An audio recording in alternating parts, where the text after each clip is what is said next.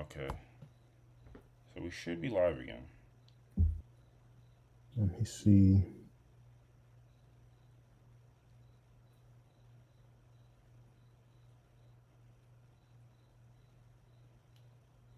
Yes, we do appear to be live. I see the All right. 8.5 We one. should be.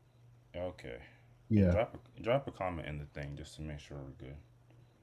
Hmm. Okay. And we're back. Welcome back, guys, to the B1. I'm just joking. Yeah, my bad. We're not perfect and or the match at this. So sometimes we have technical difficulties, and this is one of those times. It's fine. Once the way I'm doing it now, which we kind of spice it and put it out the edited section of the videos. It doesn't matter so much. This live is really just for us and for anyone that wants to get the first take, just like first take. Anyway, I think what you were saying is it was right before Ghost start getting into his thing. Yeah. All right, Ghost, give the summary of your take one more time. Are you down to learn how to braid your future significant others here? Oh, what is it? Oh yeah. No, too much time. That's about it. Got you. And then Wes, I'm sorry, you have to repeat yourself as well. Um, what's your thoughts on it? I was saying it's a good idea. And I like the idea behind it. Getting saving money and uh spending time together, or doing something for your wife. But I was just saying that my wife, she does her own hair, and also Oh, she, really? yeah, and she's pretty very particular about people messing with her hair because she doesn't trust a lot of people with being careful, or the different products that people use. Which, I mean, it wouldn't necessarily be an issue, but it takes I mean, the a products would certain. be the ones that they're in the household. I'm assuming. That's what I'm saying. That the product part shouldn't be an issue, but uh, as far as being comfortable or feeling that I'm skilled enough to be gentle and whatever, that is something that has to be, it has to be uh, done with care. And then, remember, for me, to be honest, bit of a perfectionist, and I might take really long and be a little bit too particular. So from that aspect, I don't know. It wouldn't be an every time thing, I don't think, or at Mm, least it would be a process, and just because of those factors, especially black women and hair, like yeah, it's a big deal. that's dope that they do their hair, since that already eliminates the financial factor of it. And Yeah. also, I can relate because I'm super particular about my hair as well, and I've had women approach me about would they can they cut my hair, and I am not just letting anyone pick up a pair of clippers around my head. Absolutely, Yeah, I absolutely mean, no. we've had that too. I was a little bit touchy, but she helped me out a few times, or a couple times. Nice.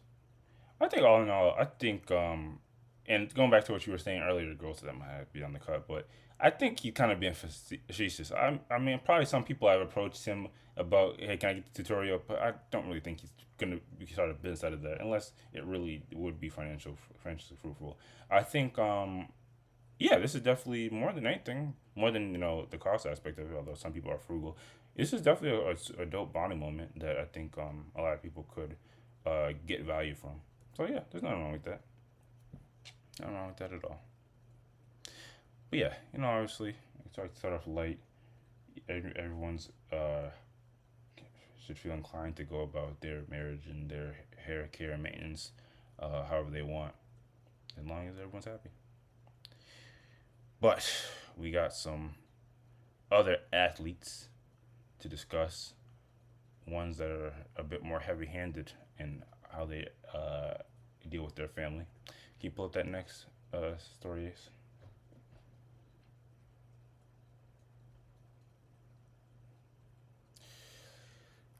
Salute to Hollywood Unlock. Salute to Jason Lee. And I suppose salute to Dwight Howard, but you might feel differently It's after hilarious. until you see this. So, headline. Y'all here for it? Dwight Howard shows how he teaches his kids to be great. Um, volume warning. Just for anyone listening, it might be a little loud. But go ahead and play that. Ace. What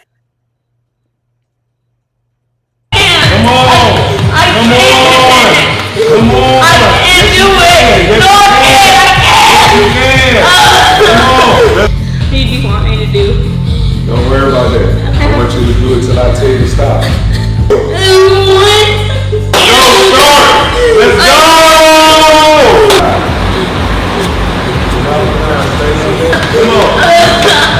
Come on. What do you have to say? I think you had some comments to it. So, Dwight Howard said, in the process of being great is going to be laughs, frowns, smiles, tears, blood, and sweat. But that's what's needed for us to succeed as individuals and also collectively as a family. Prayer hands. I'm teaching my kids what it means to be resilient, to be determined, to have discipline. Every day is a battle, and some battles are going to be harder to win than others. But we have to fight them until we win. And if we win, every day, we'll never lose in the end. We have to finish every mission to begin and follow through. That's the most important part. Never say you can't. Remember Philippines 14. Oh, sorry. 4 and 13. You can and you will. Just follow through. And that's how you be great. Prayer hands. So, yeah. Some additional. It's definitely like a motivational coach speech. With little scriptures thrown in. So, I think as not young males, quote unquote young males, we've all experienced this to some degree. And maybe women as well can relate to this to some extent. I think it's more common in young males. It's definitely that push through the pain. We're doing this for the sake of. Slide back over to the other slide, Ace. We're doing this for your benefit. This is you gotta fight through adversity and struggles in order for you to be great. And I think looking in hindsight, we tend to look at this as like, yeah, it can have its benefits, but also looking back on it, I'm pretty sure there's some people that would say this was unnecessary, and I don't agree with this type of style. So, I mean, Lord's will, we're all future parents on here, and obviously, like I said, we've all been to this to some certain extent, and we've seen it throughout our lives. So I'm interested to hear y'all full thoughts on this type of parenting, and just in general, what do you think? Yeah, I have a couple questions. Yeah, but what do you think of this parenting style, and do you think it's more likely to produce, more or less likely to produce overall positive results? Let's start with you, Wes. What do you think? I see no problems. Zero problems? Pretty much. I think, especially for somebody like a Dwight Howard, this man is in the top whatever percent of basketball players in the world. Percent? And what? Nothing.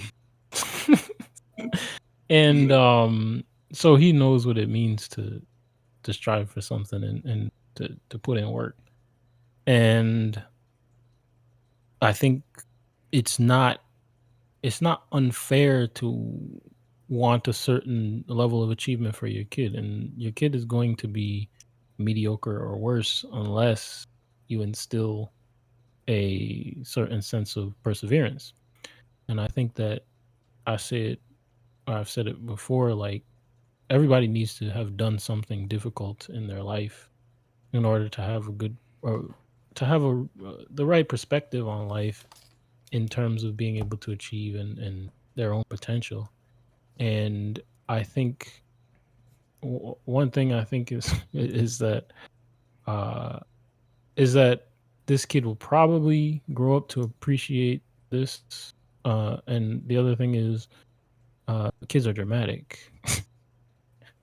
This kid is dramatic. And so I think knowing that, I think this is fine. And I think it teaches a lesson. Okay. And there was something else I wanted to say. Oh, sorry. Go ahead. Yeah, but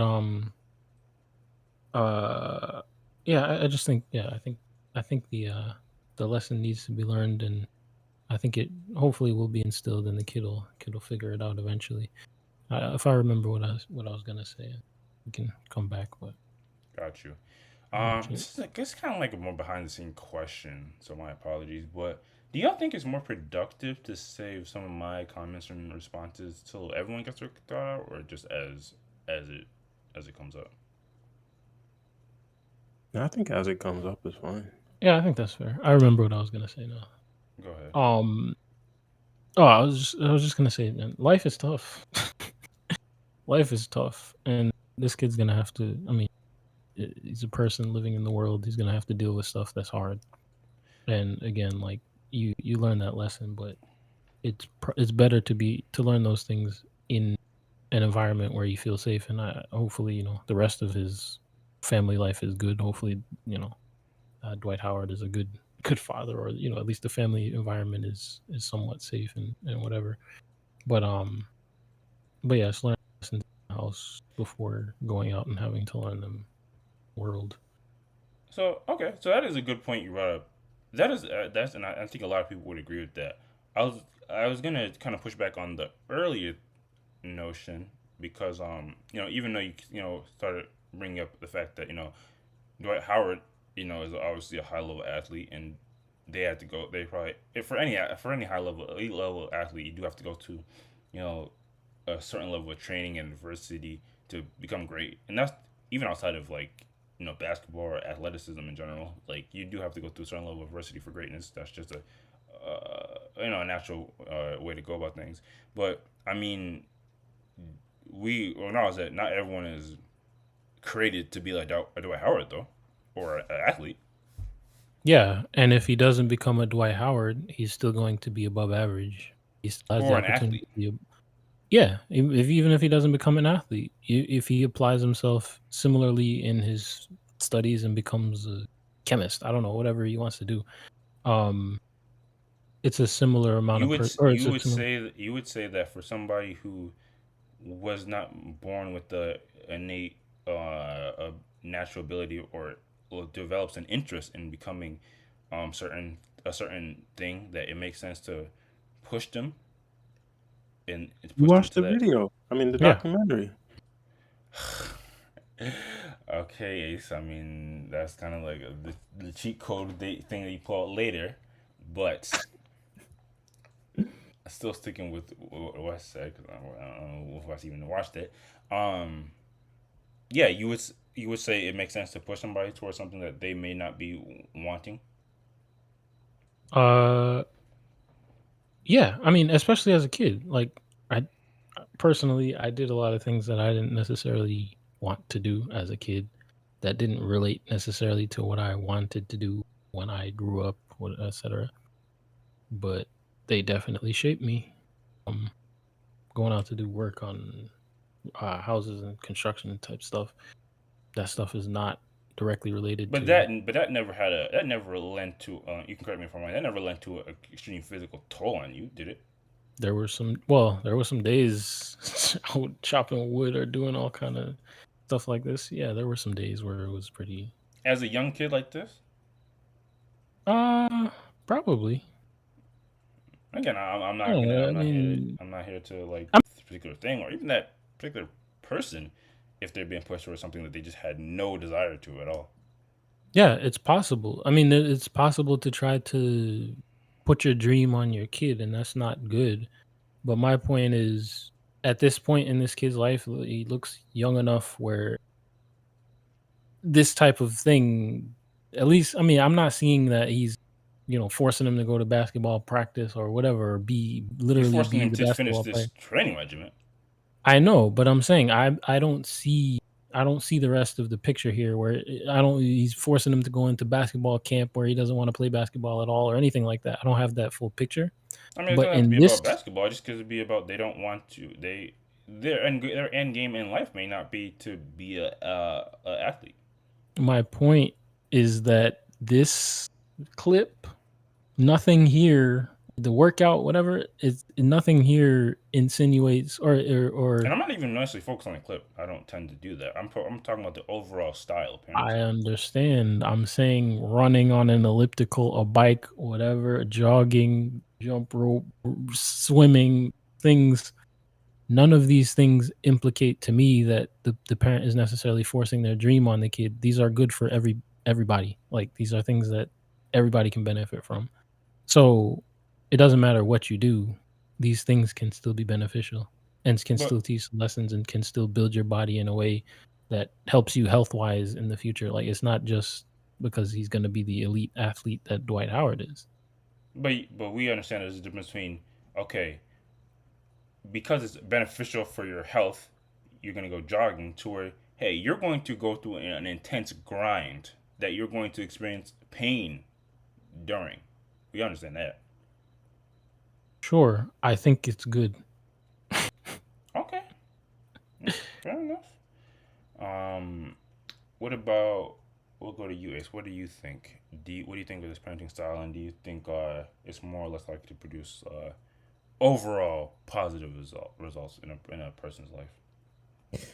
I pretty much echo what Wes said, probably because we have this. That I don't think my dad was this. He would have us jog with him, and he would encourage us to try to keep up with him, but he wanted us to just like keep pushing and pushing and pushing. It was when we started to show that we could like that we wanted to get better, that he would encourage us more and more. And that was like, I don't know, that was his style. It was a little different from this, where like it was never to the point where I was, completely just dead and beat and wanted to give up, and he was like, keep going, keep going. There was nothing like that. So like there's a difference from what I experienced, and I think I got everything I needed out of the way my dad approached this. Um but at the same time, Dwight Howard has a, completely different life experience. He has a completely different level of success in terms of his his physical, with a different mindset. And I'm sure like he's had coaches like this who pushed him, so like he understands the limits that he had to overcome as a kid, and is probably, coming with that level of perspective when he's pushing his own kid. So I don't know, like I definitely can't necessarily critique it, but at the same time, I do think like a at a lower level of pushing, you could probably still get the same the same results. But and the other thing too is like he knows his kids better than anyone. So Yeah. again, like you can't really come with too much of a critique, I don't think. Based Well, on not on Dwight Howard's kids. We're not here trying to like critique his stuff, but we're talking about in general. yeah, in general, and like of course there's a possibility that kids will develop resentment and regret, but I don't know, I find it hard to believe that would happen if the parent is truly doing this out of like love, concern for the kid, and just like everything that Dwight Howard expresses in the message on the last slide. Like if that is truly their motivation, and it's not to push the kid to become something that they don't want to do, is truly to help them just have a better perspective on life and go through some type of struggle. I mean, him being who he is, I'm sure there's still going to be that there's a level of comfort that his kids are gonna, are or have grown up having, that means that there's, some struggle that he went through that his kids, if he doesn't push them in some way, they, probably never have to experience. So, and that's something that I'm like, I've been coming to terms with too, like, because I go through periods of like working out a lot and then taking a long break and then having to get back into it. And right now I'm back into it. And like,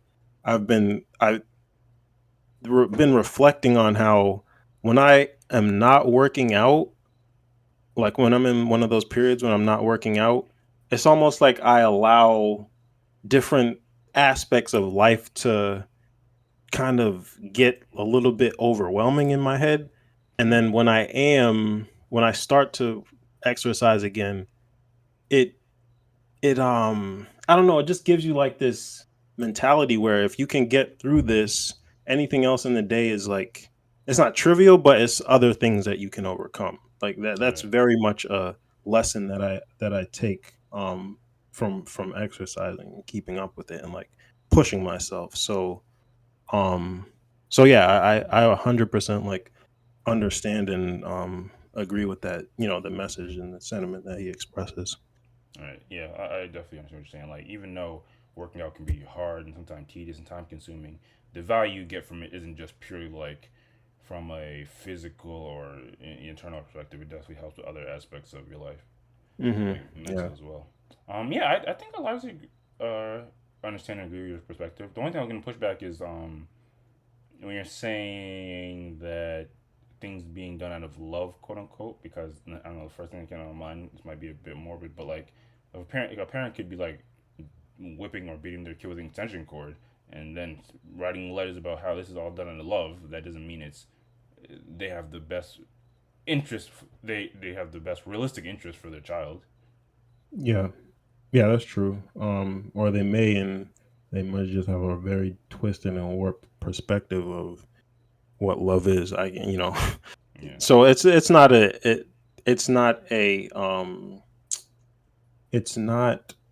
sentiment that is gonna apply to everyone, but it's kind of just like more of a general thing. And again, with that kind of echoing like the words that Dwight Howard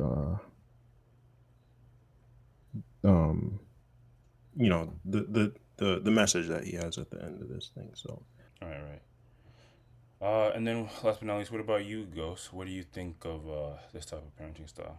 Do you think you're more or less likely to produce a kid that, or a human that appreciates or gets value from this? Agree with aspects of this to an extent. Echoing what Ace and Wes are saying, it is important to. Because it seems like in this is a good instance. This is like a forcing. That's true. When I'm thinking of it in my head, because there's really not a huge distinction, but you don't want to like manufacture trials and tribute. You don't want to manufacture things that are going to make your child's life more difficult. I think is the best way to say it. In the moment, it's difficult to do, but in the long run, it's mostly beneficial. I mean, I say that with caveats because there are cases where parents go overboard or some stuff can go wrong, but generally it is going to make them a better person. But you don't want to force it on them where it becomes something that they're dreading or something that traumatizes them. And it's very easy to go over that line. So that's kind of why I phrased it like that. But it is important to have them push through and complete stuff that they might not want to do at that time, but in the future they can look back on it and say that it helped them. It is like when I see videos like this, like I don't see any problem with it, but it is easy. You guys really see zero problem with this? I do not. Again, I don't know the context with it, but it looks like, because again, the kid was saying I can't do it, but and there was a little cut, but it showed him doing it like a few seconds later. So he could do it. It's just a matter of, I don't know if he took a little break or what the whole situation was like. But if he collapses to the ground and he can barely breathe afterwards, then it is kind of different. But from what I saw from this video, it looked like he was being pushed hard. So you have to take it too far in order for you to realize that you took it too far. But if you it's his kid. I'm hoping that he knows what his kid is capable of, and you can get to that line. You don't have to go like super far, like right on the edge of it, but you can go farther than the kid themselves would be comfortable with, just if they were working out alone. And I don't think it's out of the question to say that you can push them without it going too far, and you don't always have to find that line first to cross it. Yeah. I mean, I also think there's some it has to be considered that this is a professional athlete. No, we're not. Well, I'm not looking at it in That's that getting vein. too hyper specific. Like the person in question doing the pushing is No, but you irrelevant. asked, do we not see anything wrong? If this was an overweight, out of shape guy pushing his kid. Well, I'm not talking about the specifics of. No, you asked. Do you see anything wrong? You don't see anything wrong with the video. Okay, all right, I get that, but okay. So some additional clarification.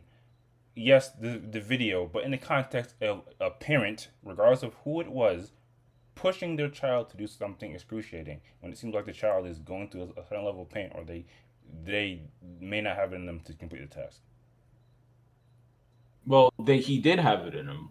That's yes, I acknowledge that, and which is why I do kind of agree with your point for the most part it goes.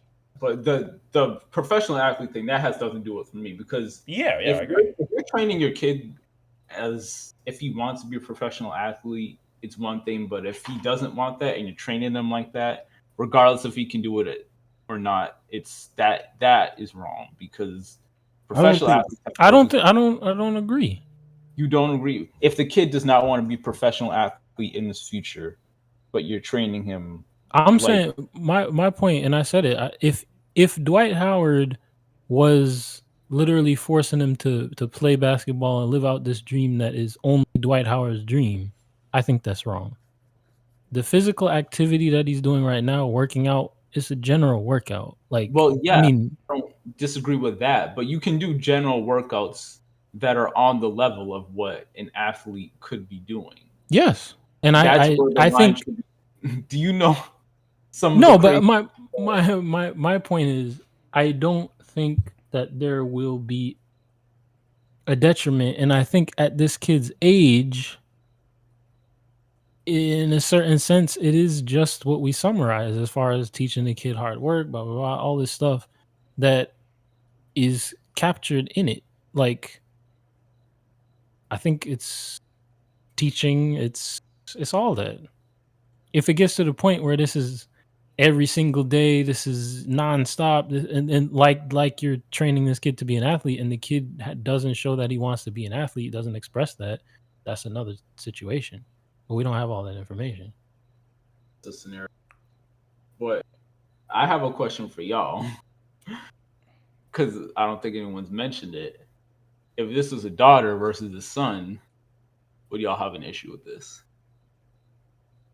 No, or would you have an issue with it in general? I wouldn't have an issue with it necessarily, but I wouldn't do it necessarily. Really? Interesting. I don't think, not to this extent. No. My perspective would be exactly the same. Well, I think they both, out of this specific example and just bringing it more general to any type of physical level workout, would you approach it similar to how you would if you had a son, or would it be different? I'm not thinking about like the number of reps, like do 100 push-ups versus 80. I'm talking about like just the same level of relative to that child of how much they can do and pushing them to that level. Same. But Wes, like, I'm thinking about again, like, and I want to clarify this too, because I did mention this. I do feel like this is in my to my perspective. I wouldn't push my kid the way Dwight Howard is pushing his kid. But I think the way my dad did it was literally perfect. Like you couldn't have done it any better. And that's the way I would approach it for if I have sons or daughters, it would be the same exact thing. Would you agree with that, Wes? Like compared to how our dad did it? Uh, yeah, maybe, but I think a piece of this dynamic is just that the world is set up differently for men and women, and as far as using this physical method for a boy, there are implications, like just because the world expects different things, and this in certain ways it's a little bit more likely to be directly applicable, even if it's just a on a personal self, like not self-reflection but self-image type thing. Men are expected to be physically strong. Men are expected to be lifting things, doing things, not necessarily that it's a necessity, but there is a certain level of satisfaction to be able to do certain things as a man. uh I think that women still need the challenges. Women still absolutely need to learn the same lesson, but I think that the stakes are higher for boys and therefore might warrant different level, like it just in terms of variety of activity too. Like, our father had us chopping wood, doing all this stuff, and I don't think that the frequency and intensity needs to be necessarily the same for girls. They might get some, more of the shoveling snow, mowing the lawn type stuff to round out their activities, but the uh the intensity and frequency, I think, and I think boys also respond more to it. Boys, it's a different form of education. Hmm. Um, Mm. But Um, as I said, the challenges still need to be there for the girls as well, and it might be physical, it might be otherwise. But I think that maybe I need to think about it more, how you can simulate those things, or give them the same challenges and experiences as far as doing difficult things. Yeah, I guess I mean I was just thinking purely in terms of exercise. I wasn't thinking about like any other, like you mentioned chopping wood and stuff like that. I would definitely approach that differently, but in terms of exercise, like if I had sons and daughters, and one of the things I would like want them to start doing is jogging, it would be the same for all of them. Like again, like not overly pushing them or anything like that, but it's like, all right, now we're all gonna go jogging. Maybe say it's on a track or something. Everybody, try to have them, go at a slower pace and try to have them encourage them to keep up with me, but not, go over the top and push them and allow them to set their own pace and hopefully, try to improve week after week, whatever the cadence is. Like all of that would be the same, whether it's boys Yeah, or girls. yeah, I see that. Fair enough. Fair enough. Um, yeah, no, I think we got to the most of the cruxes of this. And obviously, I largely agree with what you guys are saying. I think one of the biggest moral stories is you do have to know the person that you're pushing, um, because you guys were saying that, and it's obviously important. But one thing that comes to mind is like you do have people that they're not going based off knowing the person that they're training or working with. Just like how you have like in the gym, like bad spotters. Like they think that the person should be able to keep pushing, but next thing you know, they have the bar getting crushed against their chest. So I think obviously these things they're sometimes they're a bit easier said than done.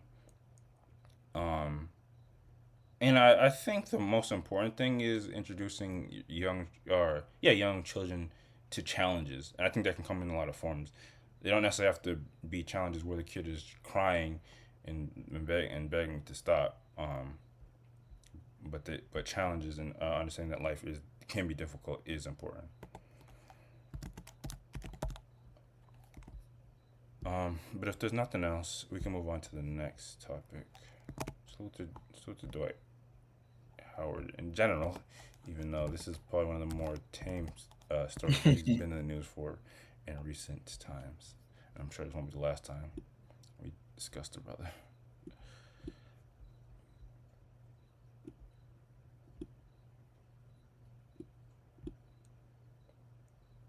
And one more athlete related topic for today.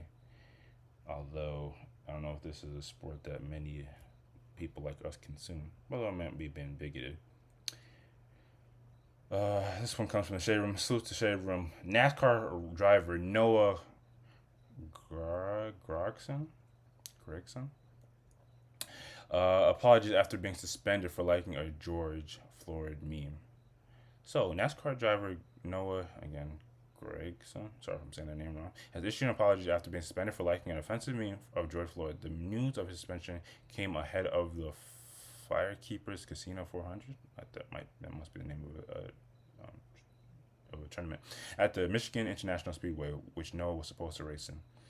Okay, so we have this white passing NASCAR racer, and apparently it was discovered that he liked the meme of a George that relates to George Floyd, and obviously, as we know, George Floyd was the victim of police brutality, which unfortunately resulted.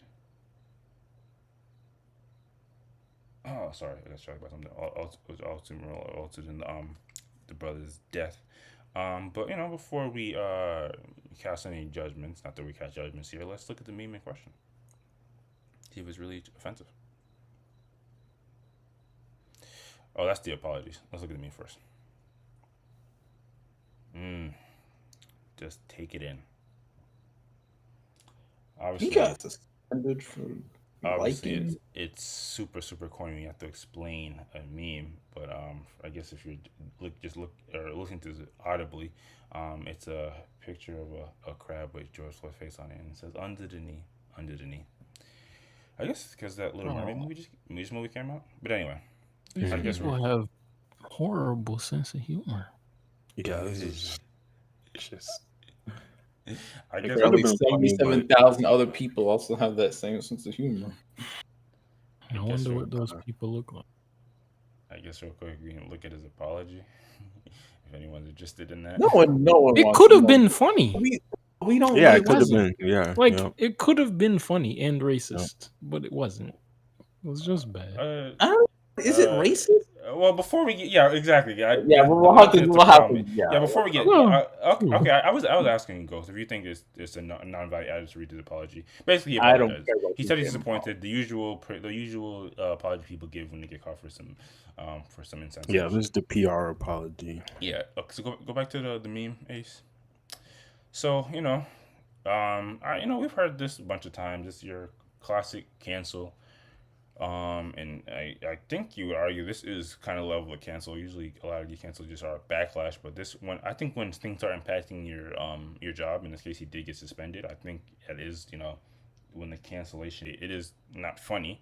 It is a meme, and I don't, you have to be relatively charitable, but there's no assumption that, they believe what happened to him was justified, or they believe that, or they're racist.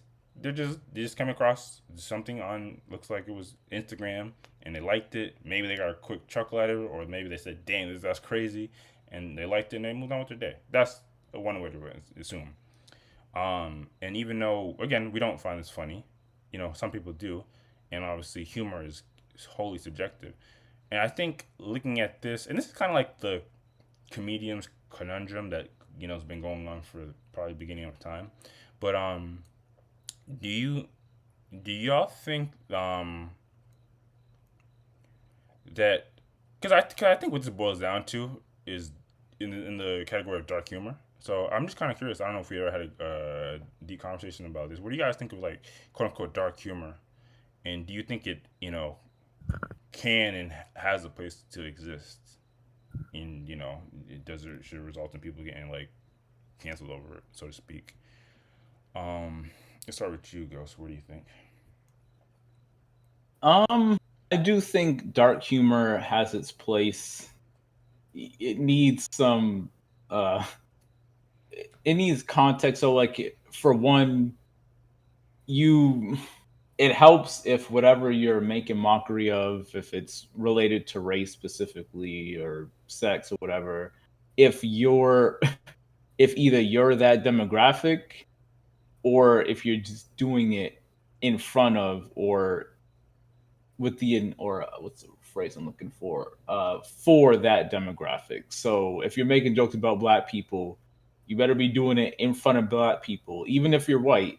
It can work. Like there's some, I don't know if I'd say racist, but some borderline stuff, some controversial humor that is race related, but it's still funny, and it's not like the intent of it isn't to mock. It's to mock, but it's not in a mean spirited way. It's in you try to make jokes, and you can do it, but again, it's got to be funny. That's the most important thing, and you can't do it. You can't make humor about black people in front of a white crowd that's not gonna say Yeah. anything. It's like it's completely different, but it does have its place. It can work. I think I can pick up what you're putting down with the first point, but again, funny is subjective. So I guess it kind of begs the question, like, is there some things that are, even though you might find it funny, better to avoid because you should be smart enough to know that other people won't find it funny? Yeah, I mean, humor's tough to gauge and be funny, and the crowd looking at you and it's dead silent, and it's something that's offensive. Then good luck. But again, that's why I'm not a comic. Salute to the comics that are in that world and do try to push the limit. But again, you gotta know, you gotta be a good comic. You gotta be funny. I don't know how better else to explain it, but kind of what it boils down to. Got you. What about you, Wes? Do you think what do you think about dark humor in general? Do you think it's worth canceling people over? Is dark humor worth canceling people? Well, I mean, like this. Like, do you think, do you think this example? Do you think, somebody, people consuming dark humor and maybe thinking it's funny is warranted is warranted to cancel? I think the problem with this is there's, as far as we know, there's no pattern here. It's one. He could have lied and said he didn't even know he liked it. Like, this is strange to me, and it's also, yeah, it's not inherently. It's like if maybe he was like in public and he laughed out loud at this. Like if it was just discovered, like the way it was discovered, the way it was identified that he thinks this is funny is not really the most important. NASCAR themselves, or was NASCAR, it like his team, or not his team, but his like managers or sponsors or whatever? I mean, there might be something to that in the apology, but I mean, I think the fact that he was suspended. Scroll back. One. The Legacy Motor Club. Okay, so it's not. It looks like it's his specific. I'm guessing that's his specific. I don't know how it works in NASCAR. None of us do, I guess. Yeah, like that's why I don't think it's. I don't think you're gonna get any clarity by knowing who suspended him or what that means. Well, I think it matters because, like in the NBA, for example, if like that whole John Morant BS, it makes a difference if the NBA as a whole suspended him versus the team, because the team, they can kind of use whatever justification they want, whereas the NBA as a whole or whatever organization as a whole, they have to have clear-cut rules that he broke that triggers the suspension. So I'm just curious. I see what you're saying. I don't necessarily. We're just talking about the context of getting in. No, it's like a business who. not wanting to business with somebody versus the state or versus the government, the national government or something. Well, I mean, we're not. Well, when the context of getting canceled, it usually has to do with something socially you did, not something criminally you did. Well, that's the thing, though. If this is a social, he was on social Bum- media when he liked yeah. this. He wasn't representing necessarily the club or the team or whoever. It was on his own that he did this, so it does make a difference if it's NASCAR as a whole. They say, "Oh, you can't do anything that's racist, quote unquote, or anything like this if you're in NASCAR." Not that this was quote unquote racist to Yeah, that's I guess begin another with. question, but I don't know. Maybe I'm not fully understanding you guys' point to the thing I'm wondering, but maybe you guys are introducing a No, more it's like important saying discussion. it's like saying should we make something illegal versus should we make something the discretion of like in my example a business versus the discretion of the state. I guess I do see that point. Okay, so I guess you can answer it from both angles. Do you think dark humor should be outlawed, and do you think I think so. like it should be avoided? I think dark humor is fine. Dark humor is funny. Life presents situations that are just dark and they're also funny. And when it's done well, it makes people laugh. I don't think there's a problem with it from that perspective.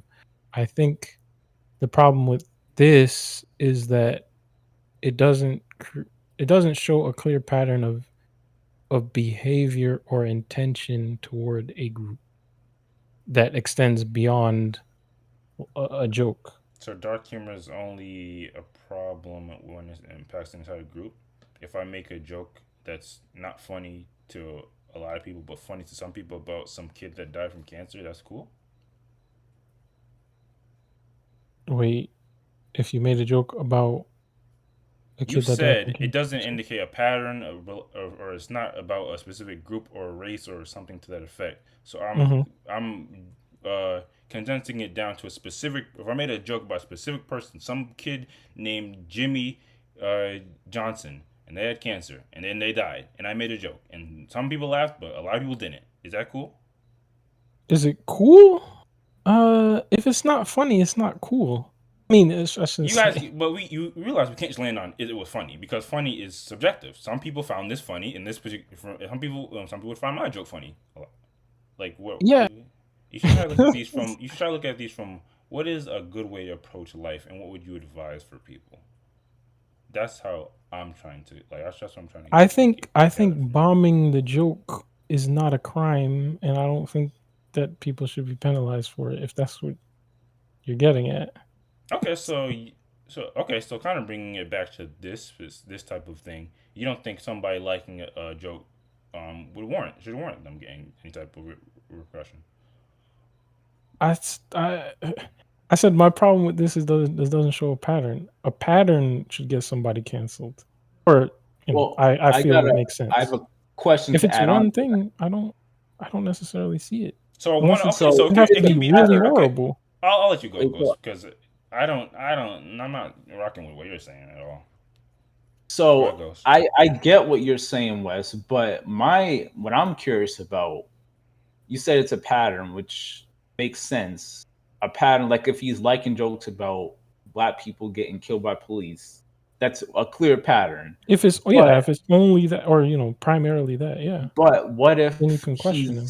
Only liking things about specific people, black, white, Jew, any race, whatever, in unfortunate situations, like if he's just a devious dude, a malicious dude that likes seeing other people suffer, and like Quest said, like that example with the kid getting cancer, if he's liking 10 jokes about separate kids getting cancer and dying, then do you think that warrants a type of suspension because it's not race related, but I think all of these things warrant a conversation about his conduct and about how he carries himself because he is in the public eye, especially. Interesting. All of anything that points to an unsavory nature in his character, I can see reasonably being questioned by whoever and wanting to say, what's going on with you? Like, and if it continues, or they might say, "Hey, we don't like this type of behavior, and don't do it," or whatever. Like, but I think Don't be a when bad person. I mean, he's a public person, so again, for him to endorse or to seemingly endorse I guess, messages that yeah, don't don't make be a bad sense, person yeah, in the public it eye. can indicate, it can indicate that these things are okay, or that the club or whoever represents these things that they don't want to be associated with. That's perfectly fair and good. I suppose I actually do see your point. I was gonna kind of push back because I regarding like the frequency thing or the pattern of it, I was gonna say I do everyone would acknowledge that if someone's doing something multiple times, that is worse than a one-off situation, but I, but it kind of sounds like you're condoning. It can be incredibly dark and again funny to some people, but not fun to a lot of people. Even if it's a one-off case, then it's completely fine. But Yeah, I say complete. I don't think necessarily completely fine, but it's like, as you said, humor is subjective. Something can really, really amuse somebody for whatever reason that nobody else finds funny, and it's not that he was necessarily racist or even thinking about the racist implications of the joke. For whatever reason, it just made him laugh a lot, right, and it's like, all right, that can happen once, maybe twice, but if you see a pattern of behavior, then that means okay, this guy literally is laughing at these people or this group or whatever yeah, because he doesn't like them. yeah, I do see what you're saying because you're kind of like trying to hone in on like what the joke kind of speaks to their overall character, and if there's a Mhm. pattern, that's more of a illustration of it than if they just liked one particular post. So Yeah. I suppose I generally agree or And I understand. mean, the thing is too, like if somebody's sense of humor is just dark, let's say, but the jokes that they engage with are varied across the board, and they're also pretty universally accepted as, or not universally because nothing's but like, 80% of people who see the thing get that it's funny. I don't think anybody's really gonna put anybody on blast. They might still question his character again because he's a public figure and all that stuff. But I guess, speaking more generally to any individual, I think that person, if they just have a dark sense of humor and you see and you get it, it's not really gonna raise any flags. Mhm. And then what about you, Ace? What do you think of a situation like this? What do you think of dark humor existing? Think it has a place? Yeah, I definitely think dark humor has a place. I'm sure I've consumed it, although I cannot think of a specific example. And enjoyed it. I I one mean, I think thing it's though for is the best you don't go exposing things that you find funny that other people may not. yeah, and that's I mean that's something I was going to mention is like it's in this day and age you're basically screwing yourself over, especially if you're a public figure and you're not being careful about what you're doing. Like it, it's kind of like it's on these people to think about what they're engaging with and how it's going to look. Um, yeah, one thing I was going to say is I have a ton of difficulty divorcing the subjectivity of all this from my mind when I'm like looking at stuff like this. Like if it's not funny to me, I don't really care about what other people would think or what other people would um say or you know justify it as being funny or just their reaction in general. I'm still gonna think it's stupid and Hmm. judge them in my mind. I mean, maybe we are building And our judgments. yeah, yeah, and I think everybody else has the right to do that too. So if you end up getting canceled, quote unquote, I mean, it's just a majority of people coming to the same conclusion that I am and uh, having an issue. Well, the only thing is, I'm not going to do anything about it, as opposed to other people who may. What about if it was reverse? What if you found something funny that other people didn't? Um, I mean, there's not much I can do about that. Hmm. But If it's I some. if I Yeah, reserve the go ahead. right to if I reserve the right to judge somebody in my mind, I can't you know say other people can't do that to me. Okay, I guess yeah. I suppose that's fair. Yeah. Well, I think. Although I don't know if we dove into the subject of dark humor as much as I thought we would, but it's fine. I think one of the moral stories is essentially when it comes to stuff like this, maybe it's not. It's, I don't. Again, you have to be kind of charitable. Is maybe it's not about a specific joke because if it was about a specific joke, then maybe we try to find whoever created it in the first place. I think it does.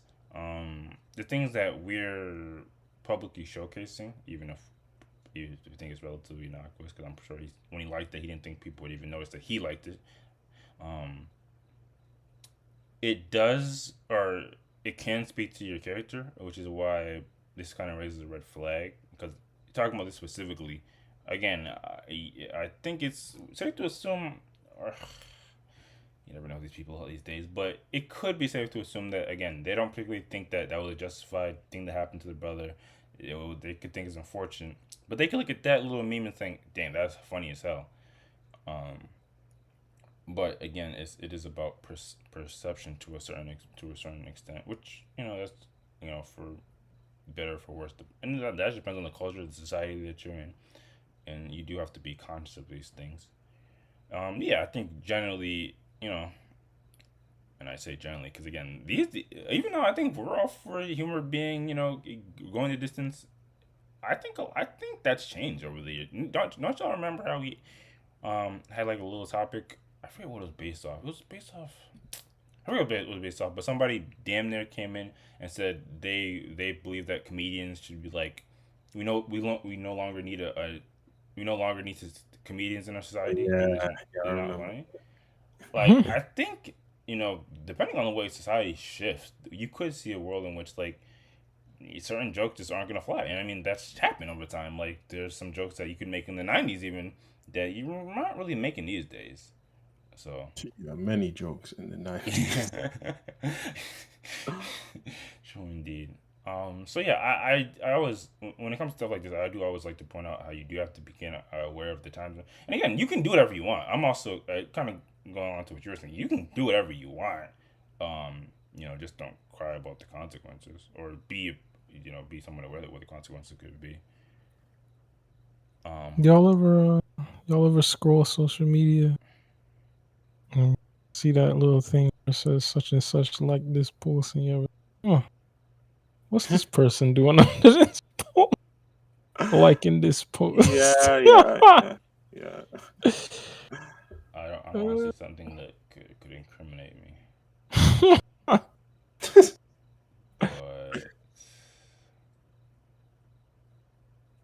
It's never. I mean, it's never on been anything bad. on some social media sites you can uh, turn that functionality off, so people can't see what you're liking.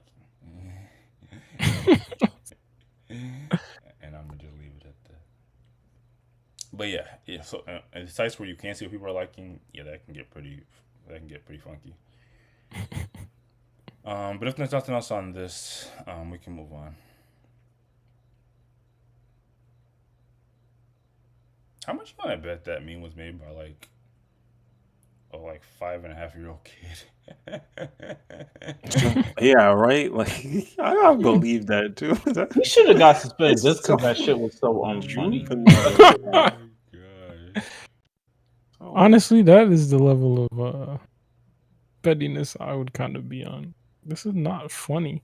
it's just like Oh Lord. Well, we quote unquote tackled some, I guess the first one, more serious things, but um, Lord have mercy. Sometimes it's tough to cross the timeline, and you're like, dang, they'll really turn anything into a reality TV show these days. Anyway, that's from the Shade Room. Very fishy. Man says he has been addicted to tuna since he was a young child. This man says he's been addicted to tuna since he was 10 years old. Rather than asking for gifts, candy canes as a child for Christmas, all he wanted was tuna. Now he's speaking on the effects of his addiction has had on his love life. And they kind of asked the question, if your date pulled out a can of tuna to sniff while you were out, what would you do? So let's To sniff. let's find out the life and times of a man that's addicted to tuna.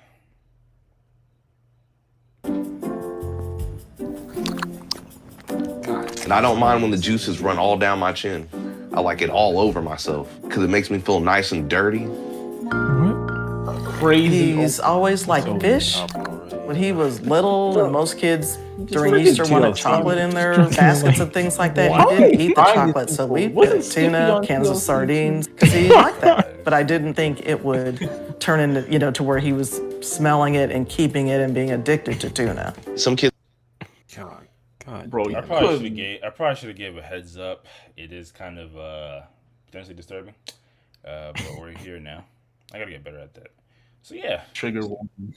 Yeah, trigger warning and stuff like that. So yeah, apparently this guy is not just or exclusively the taste that he particularly finds addicting about tuna. It's the smell and everything else that comes with it. Let's find out more. Before, I'd always want to let a girl know, like, this secret about myself. Okay. You know what I'm saying? So I feel like, it's okay if,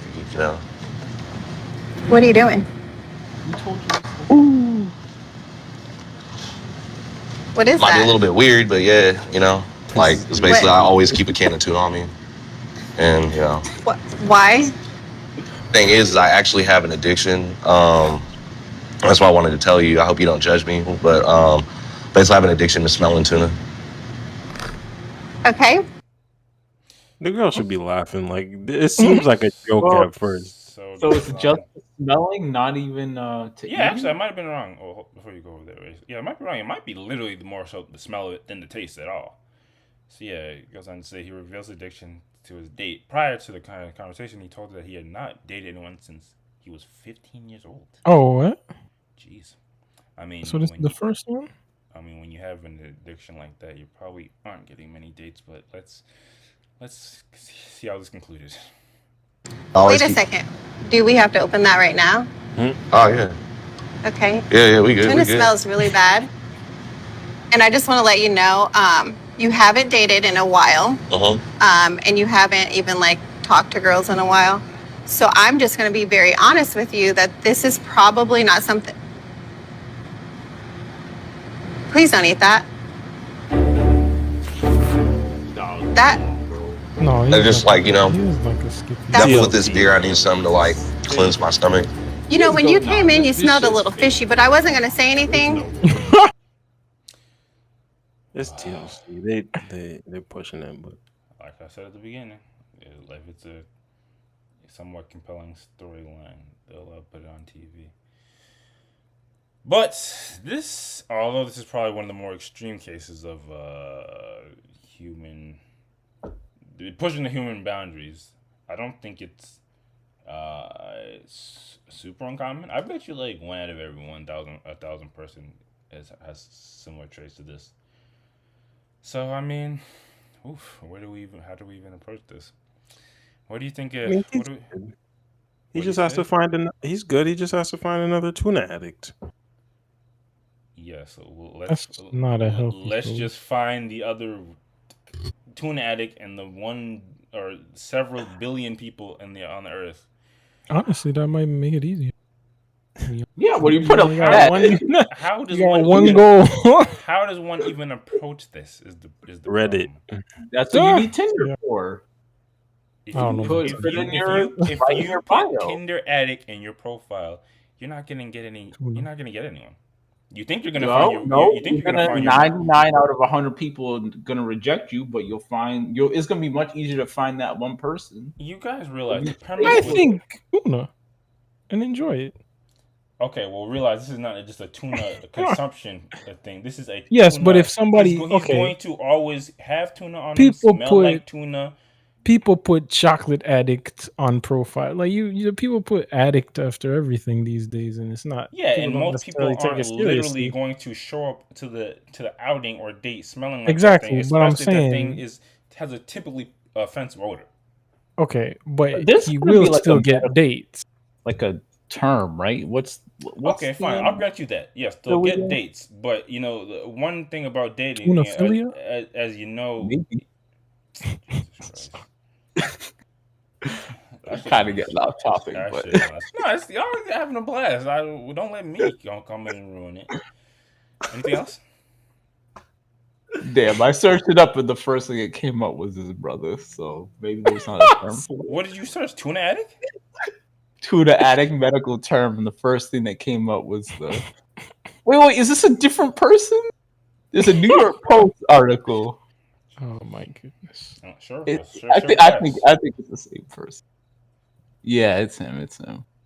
The way they phrase it, basically, there's a different person with this problem. But sorry, get away. So it sounds like if that's the first thing that comes up when you search it, it just solidifies. Yeah, he might be alone. Relatively rare. And I was gonna say before, the problem with the premise is okay, just find another tuna lover.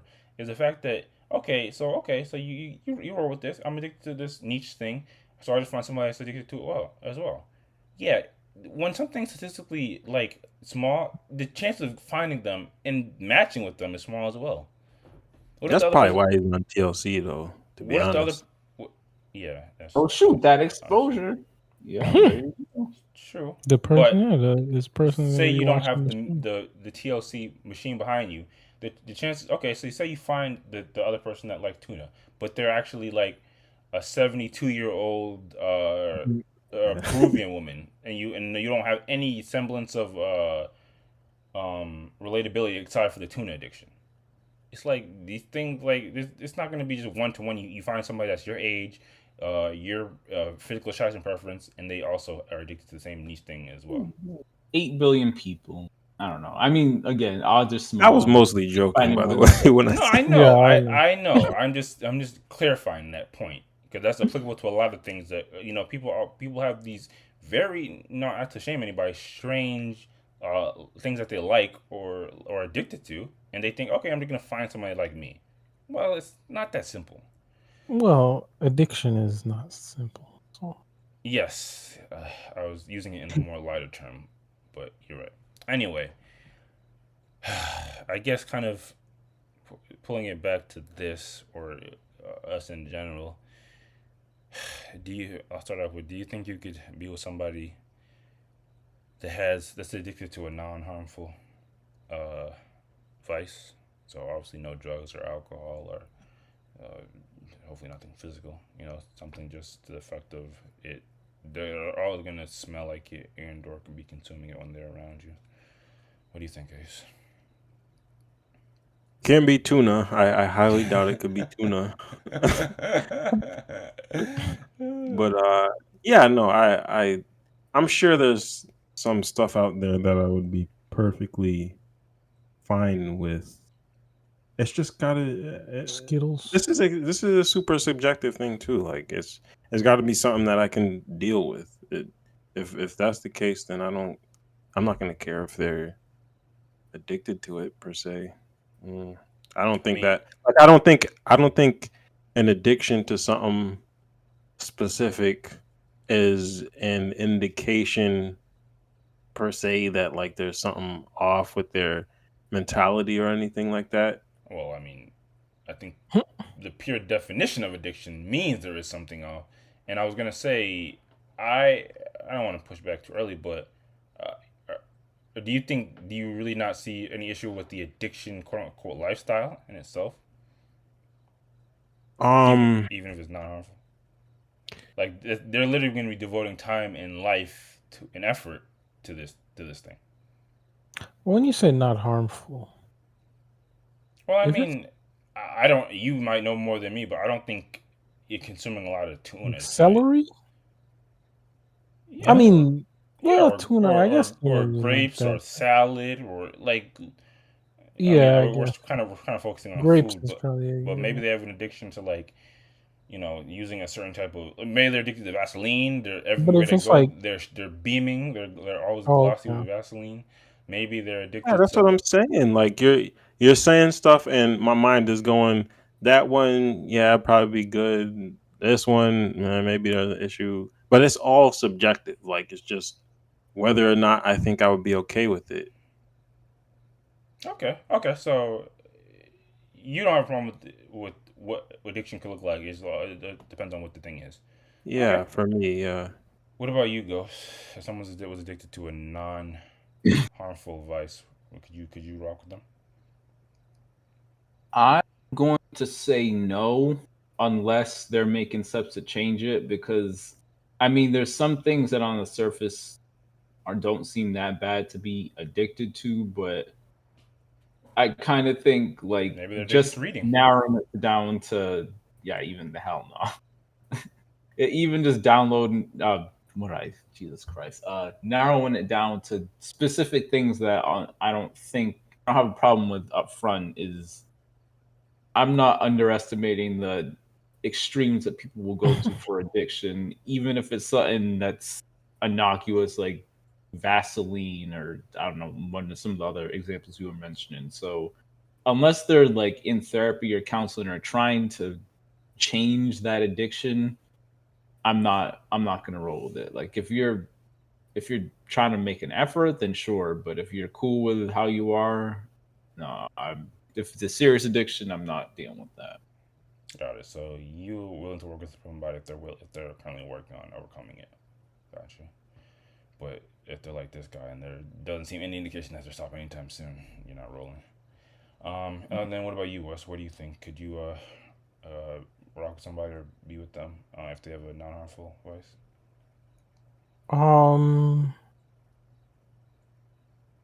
Maybe, but the reason, so I would kind of be like Ghost in that I would want them to want to overcome it. But the reason is that I understand, and I've always appreciated the fact that I don't feel particularly dependent on any one thing or substance or thing. And I think that's You don't have anything liberating. in your life that you couldn't live without? No, it's not necessarily that, but in terms of consumable items like foods or It could be an product. action. Like I said, someone's addicted to reading. I think one that I've heard before is people that are addicted to biting their nails. Um, mm, Uh, mm, People that are addicted to certain types of colognes. I, for those things, okay, so for something consumable, again, I think it's good to be flexible. You may need to be in a place where you can't access the thing or you need to substitute. And for people who can't do it, there's a certain desperation that don't that I would hate to see. Like I would not that I would hate to see them succumbing to it or, without trying to overcome it. Um when it comes to other things like you were mentioning, there might be that same desperation if there's a need to divert their time from that thing that they want to continually consume, which again would generate that desperation. But I think in terms of that, you can't, like, if it's an activity, in order to live a productive life, you literally can't. You have to vary your activities. And so as long as they're able to set goals and accomplish them and it's not inhibiting that, it's probably better than something that's consumable, but it's still something that they probably should work on managing well. Mm. But yeah, it's about that desperation that is not good to see. It's hard to see somebody be so desperate about something. Like you can't just take a day off or you can't just skip that thing for just right now when I need you to, or the situation needs you to. Like All right. you can't. You're hysterical or you're trapped. So Like yeah, that's hard to. your main concern is like what it would manifest to or how it would look when maybe they have to step away from that thing when they don't have access to it. Like Yeah. that could be the ugly side that maybe you wouldn't want or couldn't manage in your life.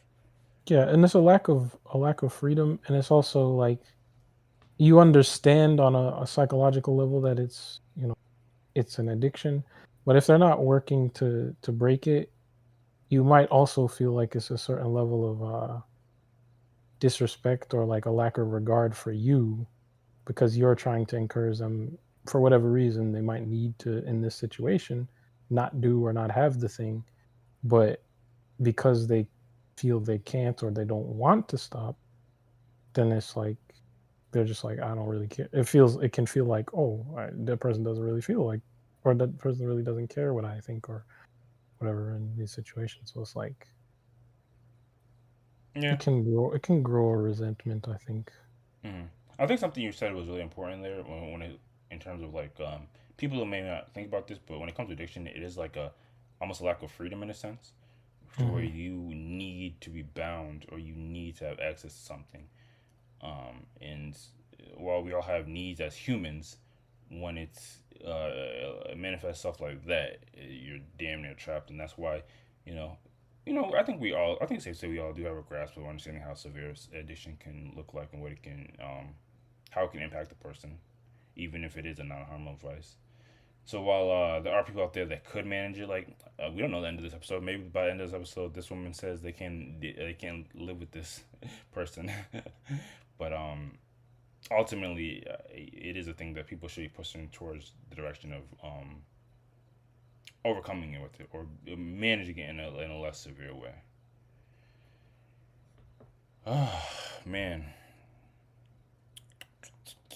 Oh man, I actually had a second part to that question, but I guess we already kind of addressed like,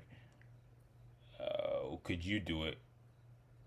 So I guess that kind of, and you guys kind of brought up some examples of like how a person that's dealing with addiction should go about it. Do you have any advice for anybody that is on the opposite side of that situation? So again, say you do find somebody that you love everything about them, but they do have a vice that they can't let go of. What advice do you give them, if any? Should they be fully accepting of everything, or should they be, maybe looking to create some change within the relationship? Well, look elsewhere. Oh, you think it's just completely? It's not going to work. Dead it. Damn.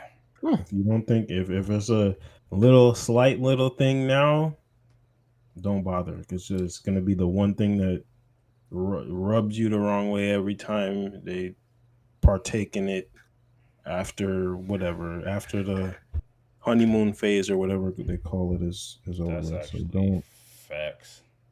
That's damn near Questlando quote. The things that you think that you allow or you tolerate will be the same thing you will resent somebody for in the end.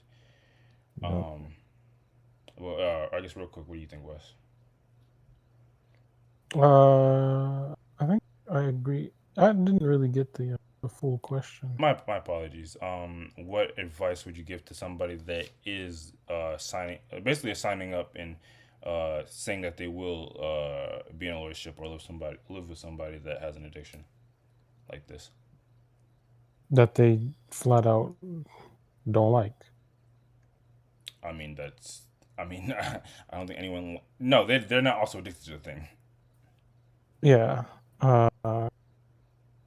Yeah, don't do that. That person has to be working toward breaking it. Gotcha. And then what about you, Ghost? Same thing, or do you have any other advice to give to a person like that? Same stance as Wes. If they're not working on changing it, then you gotta dip. Dang. Where's the hope? Where's the hope in you guys' sentiments? Nope. Doesn't love always find a way?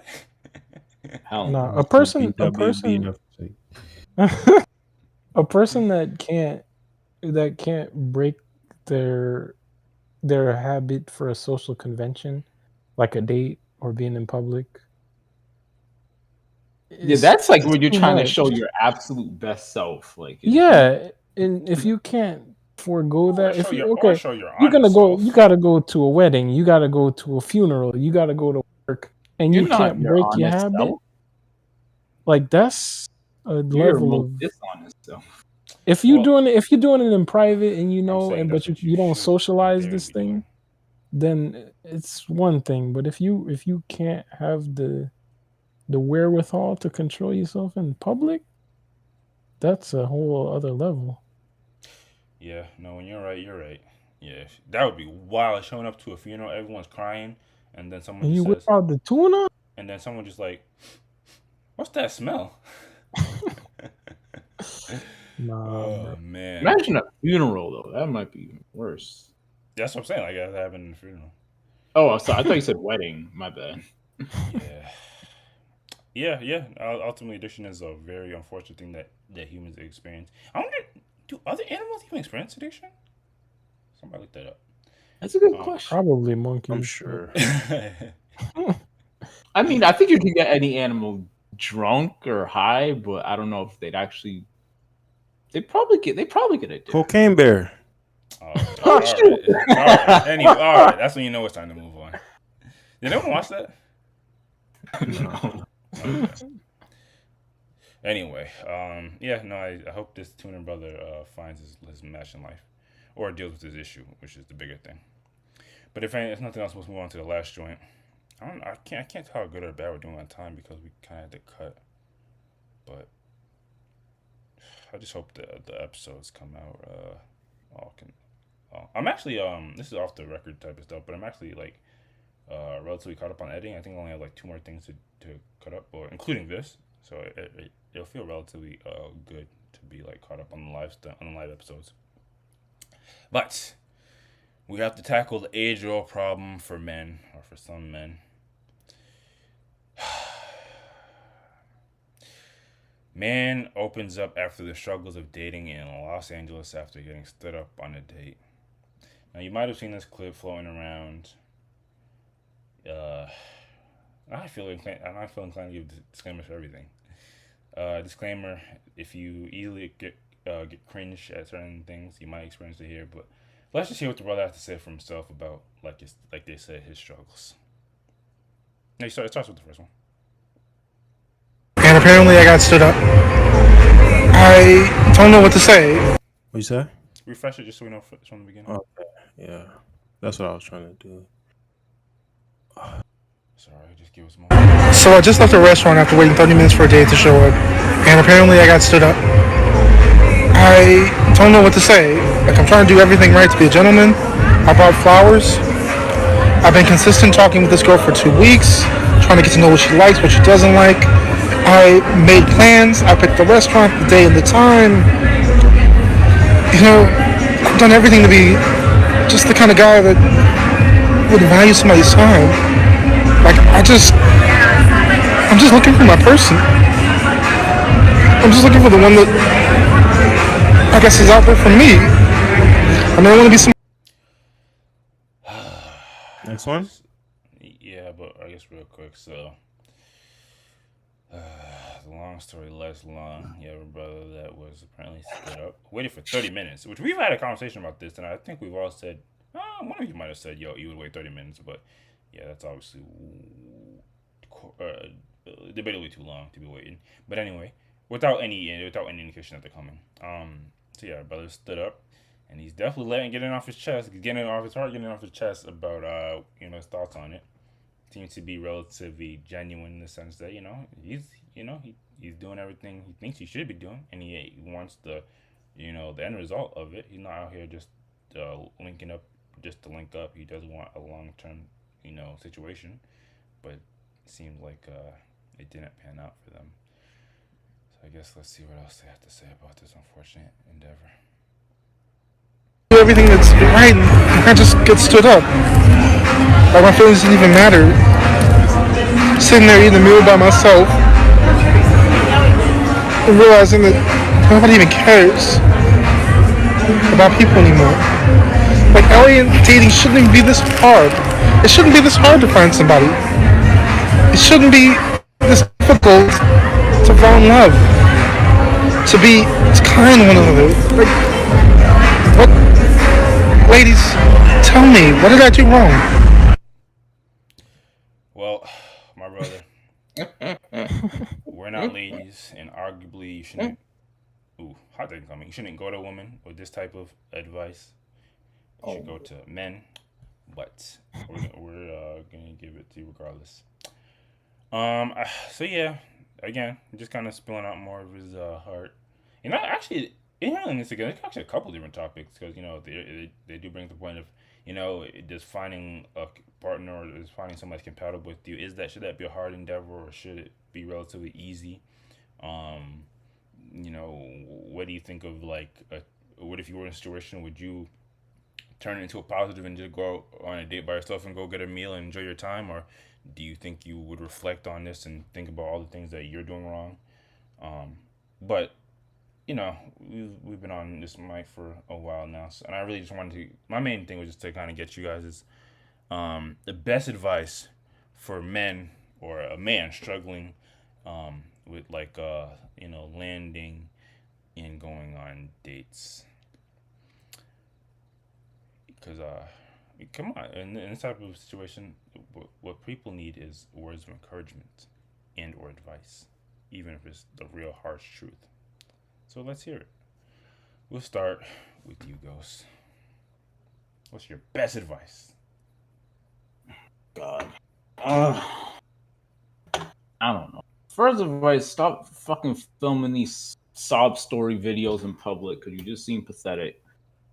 Don't post it on social media anyways either because you just seem like you're crying for attention. But I guess if I'm trying to be productive here, I don't know, bro. Like, talk to a therapist or something. Like, I don't know what I got for him. Like, I don't. I guess I would. I guess the first thing would be like I don't know how many incidents like this he's saying this about, or how many times this has happened. If it's just a couple, like, yeah, it sucks. It sucks a lot, but you gotta have the mental fortitude to just press on until you find the right person. Because I mean, there's someone out there, but I don't know. He ain't gonna want to hear that shit because he been looking. So okay, so what you're saying, you just gotta keep moving forward. On to the next one. I guess I don't think I have anything productive for him. Sorry, bro, but maybe one of y'all got something better. Well, that's why this is not a solo podcast where I try to come together to come up with the best piece of advice for people. Although I can already feel a trend here.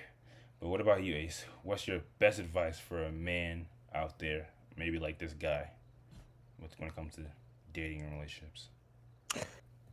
Yeah, so I'll start by saying I don't know if something's wrong with me, but this actually made me feel sad for the dude. I think that's a common thing people are feeling. Yeah, that's the normal reaction. Okay.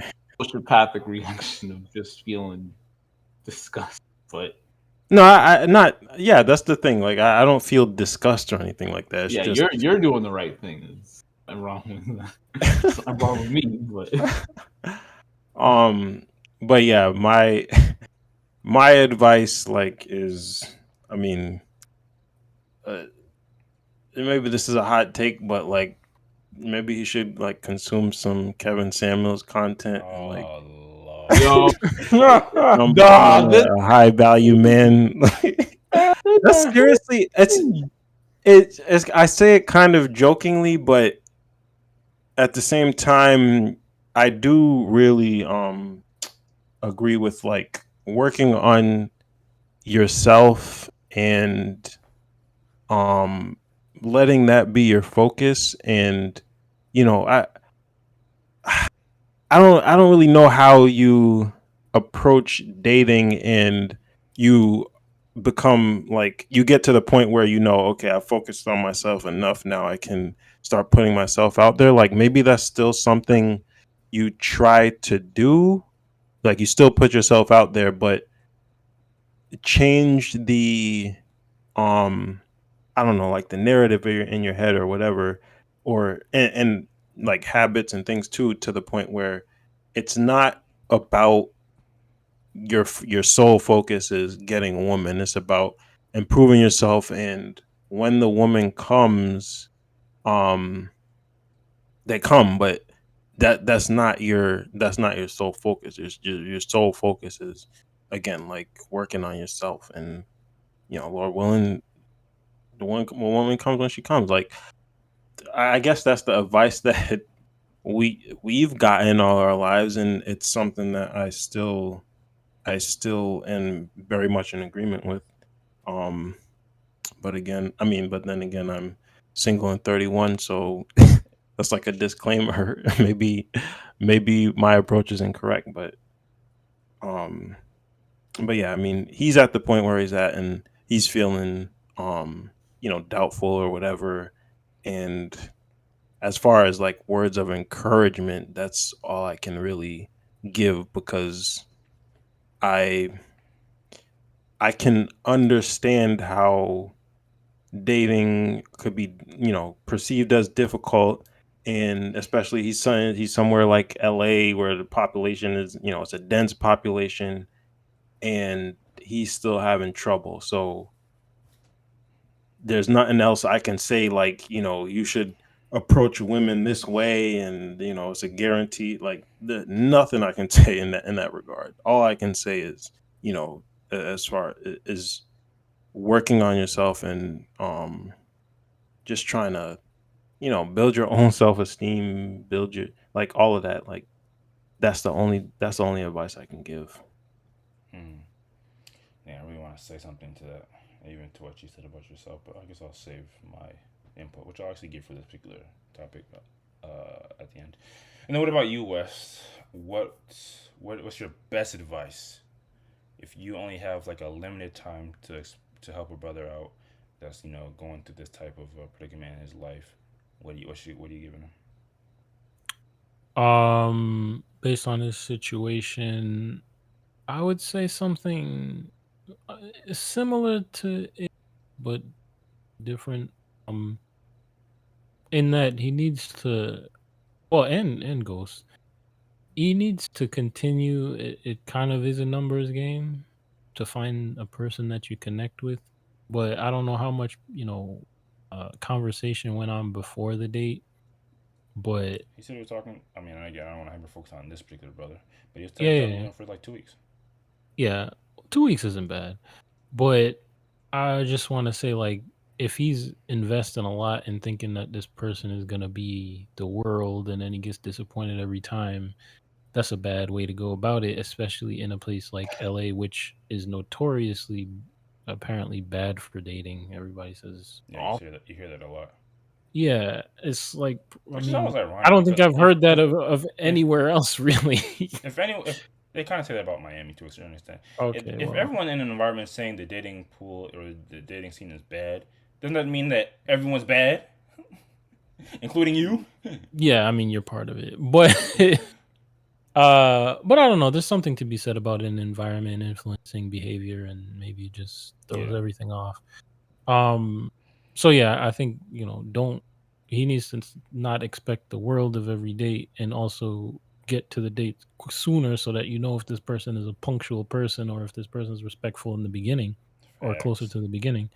Um, and then uh yeah, I mean, the work on yourself stuff is true. I think he needs some confidence to value himself, to realize that he is someone who's respectful, blah blah blah. But he needs the self-esteem and the dignity to say, hey, this is who I am. I don't accept people playing with my time, playing with my, you know, my whatever, my emotions, my serious demeanor.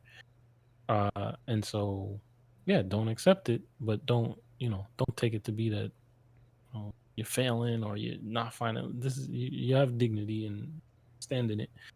So I understand too where Ghost is saying, like, don't post videos like this, because like it's not a good look. Well, I think most people would agree with that sentiment. You guys are kind of feeding into the narrative that guys can't be honest or express their feelings. He could have expressed them better. I mean, the thing Wait, about Lauren, the thing didn't say about that. feelings in you this shouldn't have person, done like, it. Why are you posting it to social? Get a therapist. Express it to them. You can express it exactly. so I have to pay money to express something. The thing is, Express it to your friends. My point. I don't want to see this. the thing is, like I So said, I can only express it in this narrow, and we don't even know if he has a Yes. abundance of friends. Yes. the Yes. thing is, You guys are If he pushing a doesn't have dangerous friends, narrative. That's a pray for potentially a dangerous therapist. narrative. the thing don't care. is, women or people. Okay, yes, men need to express themselves. Men No, need say to it be the way you vulnerable. want to say it. I like where you're going. No. There's two parts to it because I'm not just saying but the expression in front of the world is not the expression that you necessarily in front of your woman, a woman that you're courting or whatever. So then they don't want that. They don't want you I'm to saying the be. narrative is guys can't be honest in general, in the I world. know, but I'm saying women don't want you to be too vulnerable in public. You know, I said this take a long time ago, and y'all kind of gave me pushback, so I find this ironic. But let me shut up. I say it in the sense that you should present yourself as a confident man. You should present yourself as as someone with value, and Sound High like Kevin value. Samuels. you Somebody you might can say. still, huh? I said high value. Some might say. Oh my god. But you can still speak on issues that need to be spoken on, and you can still express the fact like something that let's say something like male friendship.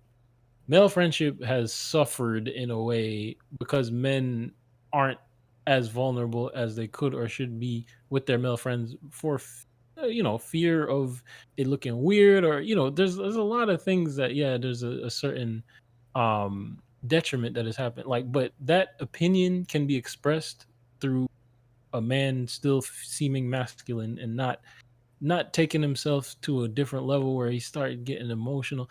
And it's like, it's not to say that a man can never break down in public, but it's to say that, again, women want you to open up to them. They don't want you to When they already seem like you, weak say the whole or thing, to please. seem. Oh yeah. But of course, yeah. When you're intimate with them, when you're on a conversational level. Well, I mean, to be fair, sorry to cut you off, but if you don't know someone, man or woman, no one wants to be privy to someone breaking down. Like, it just makes you uncomfortable. It just, no one likes it. Yeah, Man but or woman. no. It's been shown that guys will receive women in this type of thing in different ways. Because what Russ is saying is absolutely right. And I don't want to jump into it quick, but women not gonna find this attractive. He's not gonna get more dates from this. He's gonna get some women saying some sympathy words. In fact, Ace, go over to the next slide. He can get some women saying some sympathy words, like Keke Palmer saying some nice things, but in reality, Keke Palmer would never give this guy a chance, and there's no way, and there's no day of the week that she would give him a chance. On the reverse, if a woman was out here saying she's trying, she just wants to find a guy, she's ready to be a wife, there would be a line of guys like she won't even have to worry about. She'd have dates for the next 12 months. Well, what was this when we had this topic, the similar topic? What was she crying about? Was it just friends in general? Or was it men? I can't remember. Oh yeah, it was friends. That's a good memory. Yeah, it was about friends. And Yep. she got a flooding outpour of support. Did she? I thought people were kind of clowning on her, but I could be wrong. I don't remember clowning. Yeah, I mean, you're right. There's going to be more sympathy for women than men, but Infinitely more. This is the Keke Palmer thing. It's almost like a slap in the face. Knowing Keke Palmer's character, they do have some level of sincerity. No, yeah, of course. My main point is women will give you words of encouragement. Yeah, that doesn't mean they're going to be attracted. Good luck, to you. buddy. If this dude if somebody says something like this to him, and then he's followed up with the next message, so are you free this week? Yeah, it's gonna be ghosted. It'll be ghost. Then be gone. Literally. Oh my gosh. Sorry we cut you off, Wes. Did you want to add more to what you were saying before? Yeah, I mean, I don't I don't think there was anything else. It's just that, yeah, he has to present himself in a certain way, in a certain light, and he has to see himself in that light. Oh, He needs to have the self. we were on the train of like based off what you guys were saying, guys can express themselves however and whenever they want. Basically, that's what y'all are saying. Well, yeah, but I think I don't want people. I don't want men. Me personally, I don't want men or women. But you have even less of. You have less of a. Wait, what was the question? But the thing is, I think within the context, it really depends on context. Because if it's a dude who is again presenting himself as okay, let's say he did something and he unfortunately some people passed away that were close to him in some tragic event, and he was saving people from a burning building. I don't know, whatever. If you see that man, start to make a speech about life and whatever, and he breaks down in the middle of it, I don't think that's necessarily going to put people off. Yeah, no, I'm not. I'm not saying that you guys are saying there's no case where a guy can cry, but you guys are trying to. And the question, if there is a question, is, and I'm not saying you were saying it, but they're kind of pushing back on him going online and expressing these feelings that he's feeling. And I'm saying you guys are kind of pushing the narrative that guys they're limited in the way they can express themselves when they're going to. Yes. That's what society is. Sorry. Bro. Yes, that's what I'm saying. I'm saying that yes, he might have been able. That's what society is because of y'all. Let's be clear. Hold on, he might have been able to get. Yeah, I agree. I agree with them. He might have been able to get these sentiments across in a better way. These same sentiments in a more we in agree, a way which would have garnered more. We agree with that, but you guys are effectively saying, hey. If you're a male, if you were born with a certain, private, the way you express yourself has to be different. You can't do it in any, and admittedly, Ghost is saying women should be limited in some regards too. But y'all are putting even more limitations on guys. Just to be clear. Yeah. I'm not saying this about this dude specifically, but in general, don't be a pussy, be a man. That's I got you. You got it.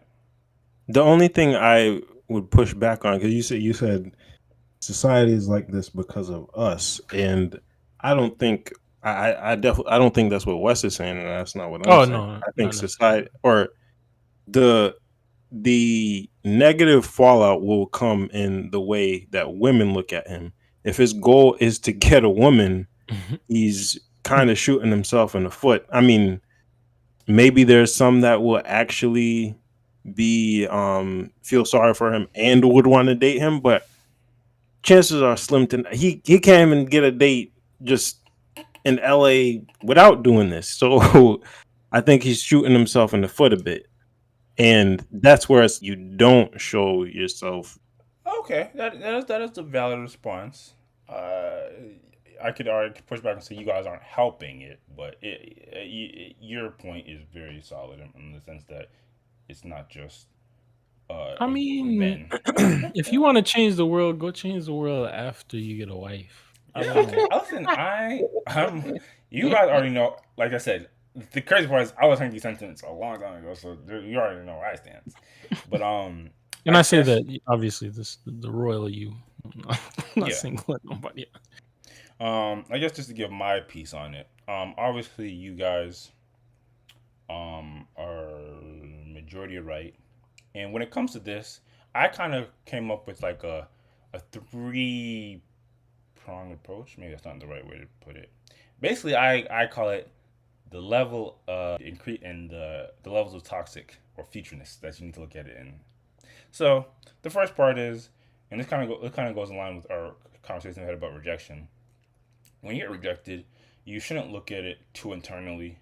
Like at the end of the day, someone not having the decency to show up or give you a clear indication that they're just not interested, that speaks more on their character than you. And rejection is a part of life, and it's something you need to accept and not get depressed over. Obviously, not saying that you won't, but you can't let it do on you. It's gonna happen. It happens. You got to be able to realize that it is not just a you thing. Now, increasing the level of toxicity a little more. Going to what you were saying, Ace. Yes, to be 1,000% blunt about it. When it comes to finding a mate in life, the mate that you actually want, the answer is you gotta become a Chad. Like, there's no ifs, ands, or buts about it. Being mediocre, it's not gonna work. Being below mediocre is definitely not gonna work. And obviously, depending on your race, maybe you actually maybe be becoming a Tyrone or Jesus. But that's neither here nor there. Yeah, you gotta become the best version of yourself. You just gotta do the work before you go out there and you buy women flowers and all this. That you gotta be their guy, basically. And I obviously, not to get personal, but even to go on what you were saying, Ace, I think that's something that we all have to try to apply in our lives and continue working on. I think where it comes from, maybe us or you or anybody in general, it has to be a mix of the two. Because at some point where you have done a certain amount of work and you do feel relatively confident in yourself, and you realize that you have put in a significant amount of work and you have come from a place of less, you also have to couple that with actually going out and showcasing your, like, if all you do is work on yourself but you never actually go out and try to meet people or do that part of the process, then you could end up being a however-year-old person that also is not married yet either. Yeah, good point. Very good point. And last but not least, if you've conquered those levels of the dating process and you still need a little more toxicity in the equation,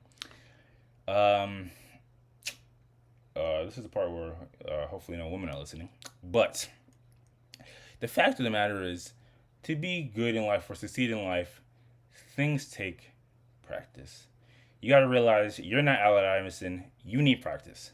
You need to get out there and even in the context of something like that, you have to experience it. Get good at it. And that may or may not.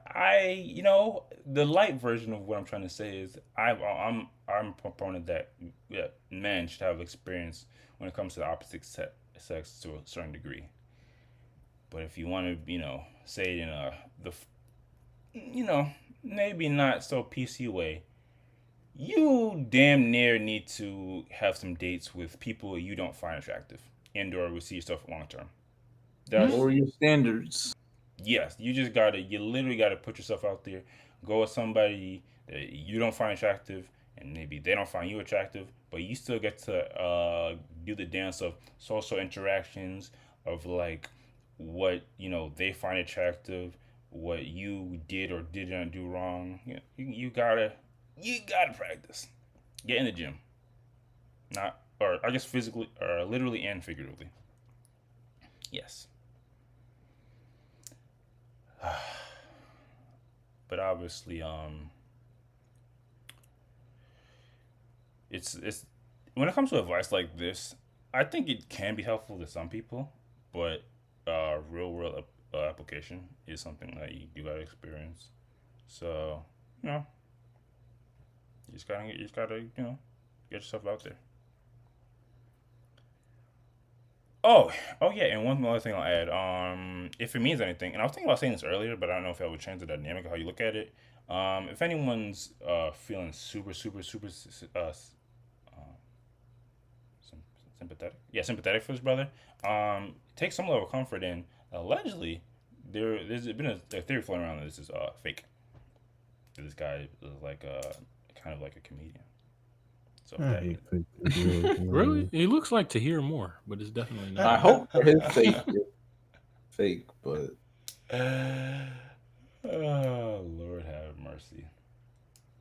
All the same, if there's nothing else, we can. That's actually the last topic. Hopefully that wasn't too long. Again, I don't have a good frame reference of how long we've been doing this, but ultimately, I am a bit more comforted in how the way I'm kind of divvying up and putting out the episodes now. The live is just so we can actually get it on live, and for anyone that wants to be here to listen to it live, first come first serve type of situation, and see all the background technical difficulties, us not turning on the record button, and we think we're talking in front of a live audience when we're actually not. It's all part of the process.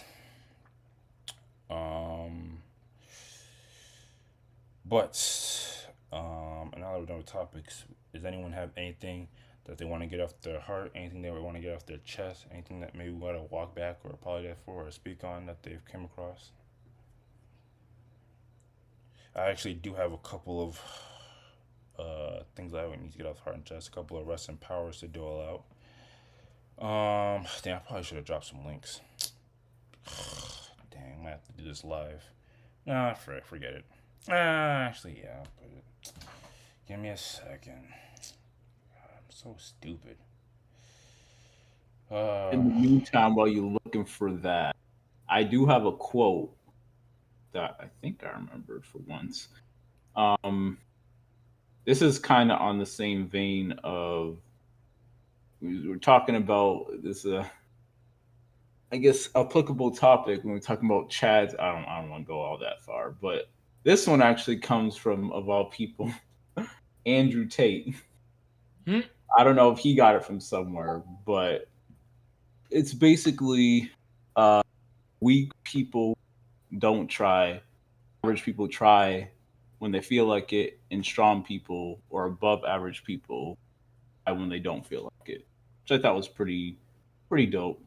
Not that I'm co-signing other stuff he says, but it's pretty good way to This is look going to at become an alpha male podcast. Oh my God.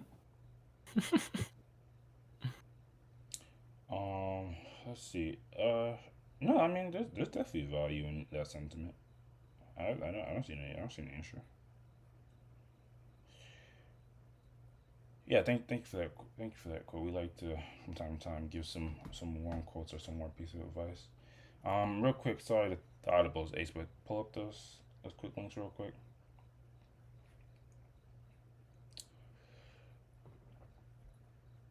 Drop them in the podcast channel.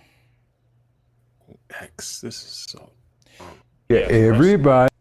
Rest in power to DJ Casper. If you're unfamiliar with the name, you're definitely not unfamiliar with the creator of. They're the creator of the world famous is an understatement, Cha Cha Slide. He passed away at 59, I believe, after 58. Sorry, after a battle with cancer. Man, that's so crazy. Like one of them. Is there any other songs that are as iconic? I was thinking about it while I was watching this interview / news story. Like known across the world. Yeah. I mean, maybe some old Beethoven, Mozart shit that just like you don't actually know it, but you just know it. But I think this is like in on modern history, absolutely. Yeah, modern, yeah. So, absolutely rest in power to them. Man. And then one other one. Pardon me. One sec. If you were a fan of the sitcom / cartoon King of the Hill, which I would argue was one of the best. The actor that played Dale, Johnny Hardwick, passed away. The thing says 59, but I think they're actually in their 60s according to the actual article. Yeah, definitely. If you watch the show, super iconic. One of my favorite shows of all times, and that just sucks because that even reduces the chance that shows are going to get rebooted. But man, and then there's one other rest in power we got to give out. I don't know if you guys are familiar with what's going on in Hawaii, but apparently there was some wildfires that did impact the lives of like. The last time I saw the numbers was like 30 something people, which is super unfortunate. Hawaii always seems like one of those places that's like, it's like even this. Obviously, a wildfire is not small, but like if something happens there, it'll impact. It'll. I mean, it's an island, it's relatively small island, so. Even that seemed like one of the most dream destination spots in the world. It's in that context, it's kind of scary. But yeah, I think a lot of aid's been sent there, and hopefully there's been some resolution with that situation. Wildfires is no joke. And then last but not least, I have like. What do you call it? A life lesson that I came across that I want to throw in this section. And I can get kind of long-winded and go on my own ramble sometimes. So let me try. I'm gonna try my very best to condense this. And also, I gotta give some credit where credit's due because unlike everyone else, I won't give credit to people unless they die. I give credit to people. So, in the last couple of weeks, maybe even a month ago at this point, well, one, if you know anything about me, I'm relatively lean, and actually, I've been, in the gym pretty consistently. So, I've been doing my thing. Maybe once we start doing like face cams and things, I will actually show off a little something, something. But Can confirm. hey, yo. But got no crazy way to phrase it. What people may or may not have known is, for somehow, some way, even with my consistency, I developed a gut. Obviously, with my build, I would never. It would take a lot of work to get fat, but like after you eat like a big meal, you sit down, you just kind of feel that gut. I developed that, but it wasn't going away, and I was kind of like, okay, so it's interesting, and I was doing my core workouts and ab workouts even heavier, but it still wasn't going away.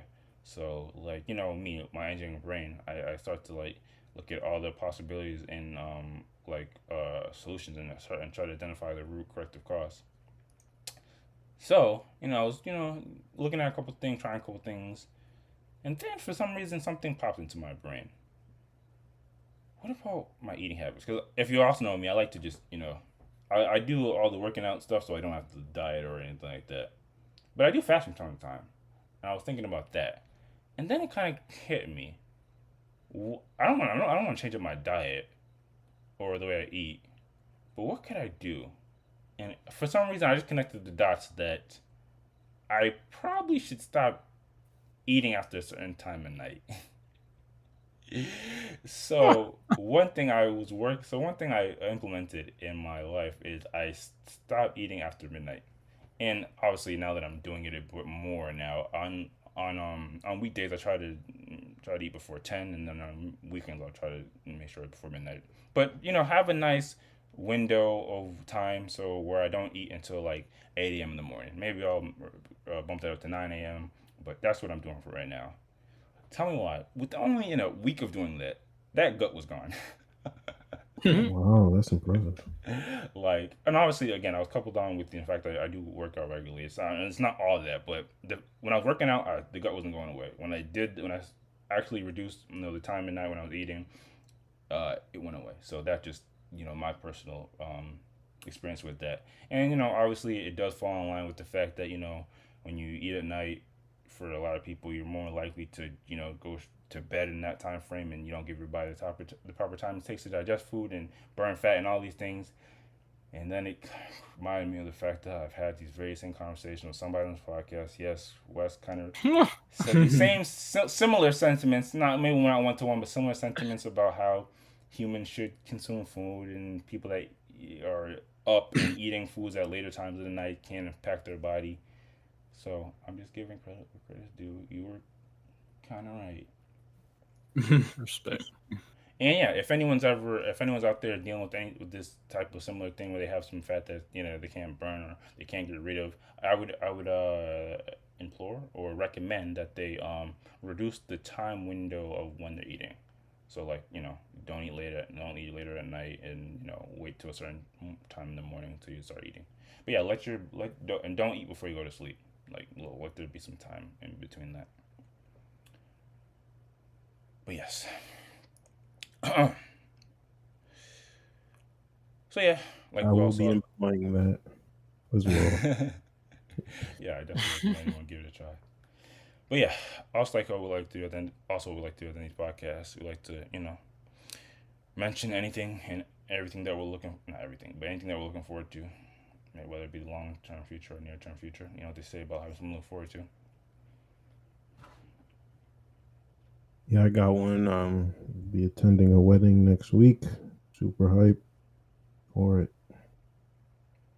Nice. I think we talked about it before, like in private. You said that's like an old friend of yours or something like that. Yeah. Got you. Since elementary school. Damn. That's dope. That's like what people should be doing. Mm-hmm. Well, hopefully you put on your Sunday best and you have a good time. And salute to that person that's getting married. For me, as you know, from time to time like to consume some anime, and there's a new anime coming out in October. I just found out about Gluttony Berserk. It definitely seems like it falls in line with that fantasy. I think it might be a damn near isekai genre that I love. That's why I always say that. That's why I feel so confident when I say Lord of the Rings is trash, but that's here and there. But yeah, I'm looking forward to this series coming out.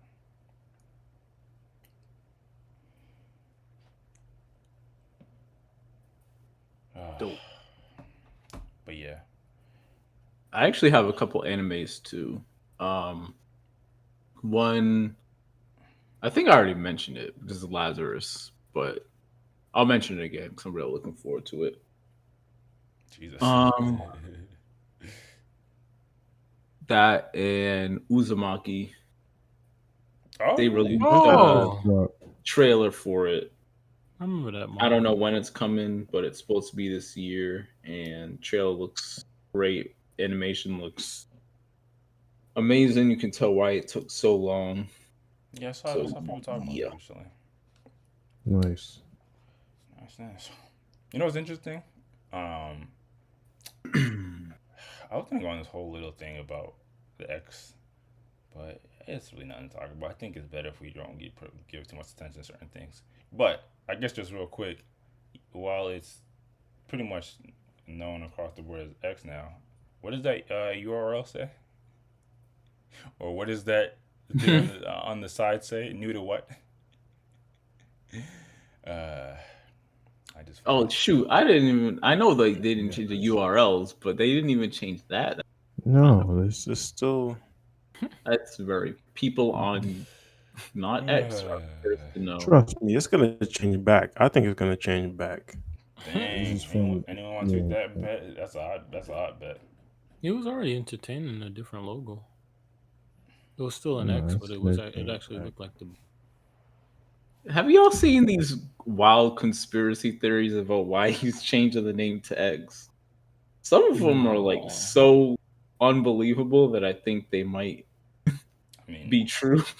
I think there does have to be a reason. Why can't it be a matter of like he's right? X is cool.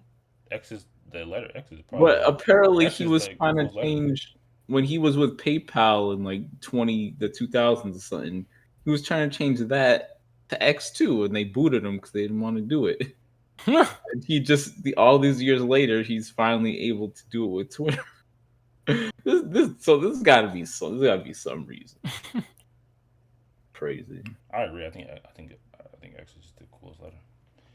It almost makes me want to incorporate X somewhere in my life. One of my future kids' names, but I already have those picked out. So, anyway, what's more entertaining is the boxing match. I can't believe that's actually happening. That's not happening. That's not happening. I think it is. It'll happen. It'll definitely happen. No. I think we live in a world where a bunch of weird stuff is going on, but that's not happening. Not in the way we expected. No way. And nobody wants to see two tech CEOs fight. People think they want to see that. That's not true. Plenty of people want to see it. Plenty of people like the idea of. They wanted to see a YouTuber fight. Yeah, a YouTuber that trained to be. Actually, yeah, people want to see. Yeah, people do want to see. In their mind, they want to see people get beat up. But I'm talking about what happened in reality. Two people that aren't equipped for a sport. It's just like pulling up. I don't know. Zuckerberg looking kind of ripped in some of those pictures. It's not even. People don't want to necessarily. I don't think people want to see it for like the technical prowess of Elon and Zuckerberg. Quality. They want to see it for the spectacle. Exactly. That's the word, spectacle. Yes. Okay, you think if you might think it's gonna be interesting, but would you seriously want to see and sit down and watch two elderly women who have are damn near at the end of their life cycle just slap boxing each other? They're not that people old. that you don't know. Yeah, I don't think that's a great comparison, but yes, if they're at the level of Mark Zuckerberg and Elon Musk, like they have the fame, if Rihanna and Beyonce crazy company, hell yeah, I want to see that. Well, Yeah, to be I honest, think to be both of honest, those individuals could swing and it would cause physical harm to somebody, but that's neither nor there. It's fine. If to I be think honest, you guys are wrong. I think I don't watch humans. fights. I'll probably watch this. So if That's that's just what going you to I want, mean, break why news. do you think there's so much buzz? You think Because people again, are just talking, but they don't want to I actually? understand like people think they want to see this, but the reality is what the content will be. You're not going to get any level of enjoyment out of this.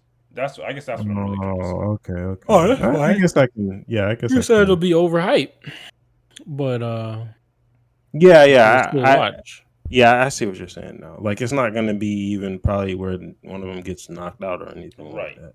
Yeah. I It's can going to see be they go in maybe one type of hit is thrown and connects, but people getting gassed really quickly and holding on to each other and breathing heavily. Yeah. Yeah. I gotcha. But anyway, tech billionaire beef aside, yeah. I don't know how we got there, but thank y'all for coming on here and this podcasting. So to y'all, and thank you to any and all listeners. We greatly appreciate y'all and any feedback and all support. And we hope that by listening to us, you might have gained new perspective or learned something new, like the fact that you might be thinking something's gonna be all great with somebody, and they might wholesale have a tuna addiction. Or we hope you find it entertaining. But if none of that happened, and all we have to say to you is, be one, Mayfield. Thank you. So stop recording.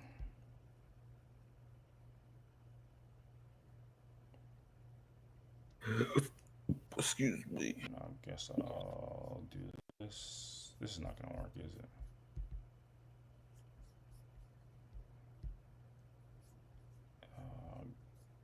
Go back to. Yeah, that doesn't work at all. Well, anyway, they're ending this thing, so. Oh, I should have an ending soon. Nice.